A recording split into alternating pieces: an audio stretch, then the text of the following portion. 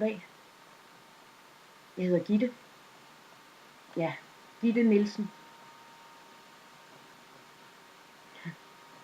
Hvor jeg var torsdag nat. Jeg var vist ikke så mange steder. Jeg sad jo lige her. I spjældet.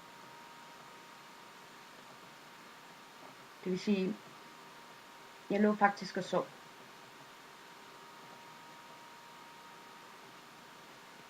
Lige indtil der kom en ind i min celle. Nej. Jeg kunne ikke se, hvem det var. Det var i hvert fald en, der var ret stærk. En, der var i stand til at holde mine arme, og så lægge den der ildelugtende klud hen over min næse og mund,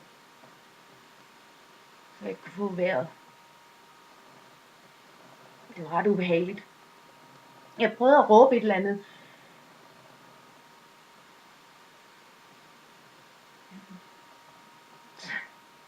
Så opdagede jeg, at det hele nok bare var en drøm. Ja. Så husker jeg altså ikke så meget mere.